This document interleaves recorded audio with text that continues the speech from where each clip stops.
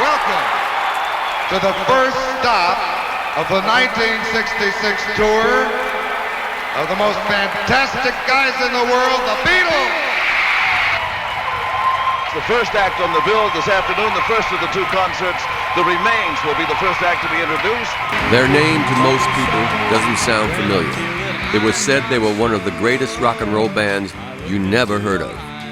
Although they appeared with many major acts, this is the story of a group that stood at the door of stardom but never made it through.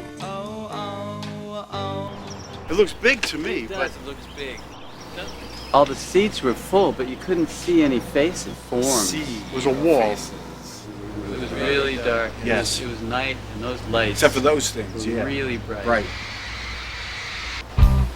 There was a lot of anticipation, whether it was in general for the fact that they were here and it was an event, a big show, and you know the show was starting and we were out there and it was Doing what we do. yeah, it was exciting for me. But I think we were really fortunate to go on first because we got to feel that initial excitement of the show starting, and that pumped us up too. So we'd go right into it.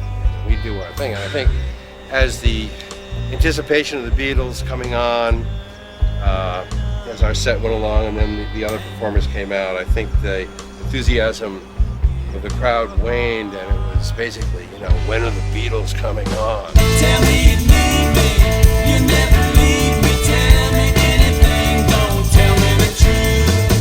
Say that you love me, you think you love me. Tell me anything, don't tell me the truth. All right, let's see. A little while ago, we were talking about you guys touring with the Beatles on what amounted to be their last stateside tour. What a choice gig. How did you manage to score that? Well, you know, it just came to us on a silver platter. Our manager just knew the right people, and he came in the office in New York one day and said, "You guys want to go on tour with the Beatles? I can get you on there if you want to go."